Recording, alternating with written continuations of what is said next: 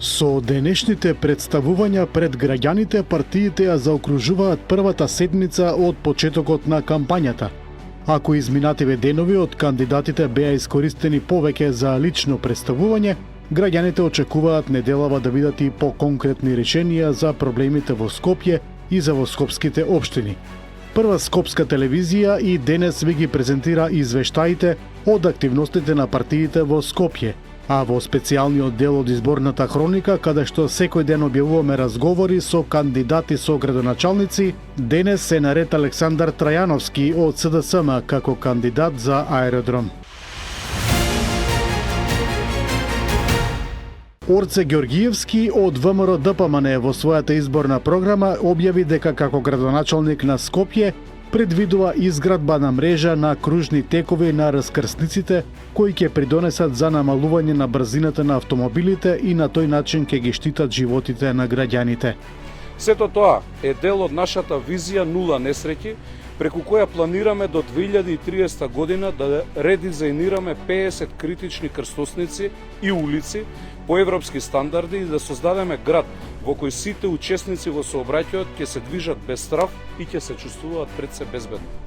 А Ѓорче Петров ќе биде пример за тоа како со внимателно планирани и капитални вложувања може да се подобри секојдневното движење и квалитетот на нашите сограѓани овде. На денешните средби со жителите на Ѓорче Петров, Ѓоргиевски ги најави сите конкретни проекти што се во неговата програма за оваа скопска општина. Ѓорче Петров беше една од општините каде што синоќа ВМРО ДПМН одржа митинг на кој говореа кандидатот за градоначалник на оваа општина Александар Стојковски и председателот Христијан Мицкоски. Стојковски направи кратка ретроспектива на својот актуелен мандат, објаснувајќи што досега е изградено, но и што ќе се реализира во следниот период доколку ја добие довербата од гласачите. Ѓорче ќе ја добие арената на природата, најдоброто изнетничко место во градот Скопје.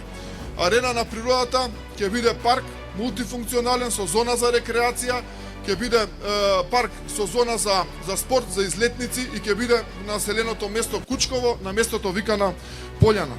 Ќе работиме силно и посветено за животната средина.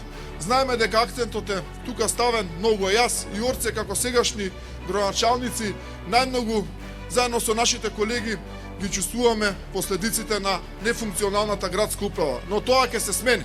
На присутните им се обрати и председателот на партијата Христијан Мицкоски, кој кажа дека пред 15 месеци кога ја добиле довербата од граѓаните да ја водат владата, затекнале држава пред банкрот и постави прашање до политичките противници. Кога го слушам Венко Филипче,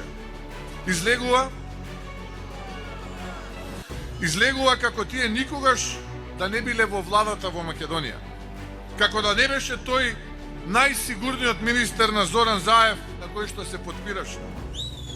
Тој денес ни објаснува дека во негово време и во времето на неговиот ментор подобро се живеело и дека тие двајца се бореле за сопствениот дом, а ние не сме се бореле. Ова е врвно лицемерие. Тоа беше време кога 500.000 граѓани живеа со само 150 денари дневно. Единствен подарок за животниот стандард беше инфлацијата, која редовно беше двоцифрена и го јадеше стандардот на граѓаните. Енергијата е очигледна. Луѓе, одиме во втор круг. Таму ќе разговараме за многу нешта затоа што во првиот круг против кандидатите ќе бегаат од дебати. Но во втор круг нема каде да избегаат и ќе се сретнеме конечно, изјави Амар Мециновиќ, кандидат за градоначалник на Скопје од Левица. Тој појасни дека во неговиот мандат ќе се залага за градскиот превоз, за решавање на загадувањето, за зајакнување на предпријатијата и преку тоа создавање на функционални јавни компании, кои сите услуги ќе ги даваат на задоволително ниво. Утре продолжуваме понатаму по улиците, онаму каде што патот ќе не однесе. На улиците ги промовираме нашите спотови кои се цензурирани. Ова движење не е запрено, тоа станува се поголемо од ден на ден, изјави Мециновиќ на средба со граѓани на аеродром, на која присуствуваше и неговиот сопартиец, Кандидат за градоначелник на аеродром Маријан Димитриев. Во нашата програма го поставивме образованието како еден од клучните приоритети. Во Скопје има повеќе од 25.000 средношколци во 23 јавни училишта, но градот расте, а потребите се менуваат. Пример за тоа е општина Аеродром. Со над 80.000 жители и бројна млада популација, а без ниту една гимназија. Во нашата програма, новата гимназија во Аеродром е еден од клучните проекти. Ова позади нас не личи на пазар, кој што треба да е едно убаво место каде што луѓето ќе си купуваат своји производи во главниот град. Значи, нашата програма предвидува еден објект величенствен, кој што ќе одлика и кој што ќе гордост за нашиот град Скопје. 4 години слушаме приказни, а гледаме ништо. Нема нови места за младите, нема средени паркови, нема идеи што ќе го раздвижат аеродром, изјави денес Александар Трајановски, кандидат за градоначелник на СДСМ за оваа општина, и додаде: аеродром ни треба со енергија, визија и можности, со културни центри, спортски терени, јавни простори каде млад човек ќе може да живее, не само да преживува. Овој пат да гласаме паметно, доста беше со истите луѓе што само ветуваат. Аеродром заслужува генерација што ќе работи, а не да се правда. Ве уверувам, нема да чекам последната година за да почнам да работам. Програмата што ја нудиме нема да остане само на хартија. Ќе ја започнеме веднаш од првиот ден, заврши Трајановски. Исто така, значи, во однос на сообраќајот натре во Чаир, во приоритет се проширување на улицата Цветан Димов. Исто така, улицата Џон Кенеди треба да продолжи испадна на булеварот Никола Карев, улицата Митат Фрашери или поранешна Косовска-македонска бригада треба се прошири, и со ова се прошируваат главните артерии во Чаир, заедно со Хрватска и Црна Гора. Булевардиве ќе биде голем растерет.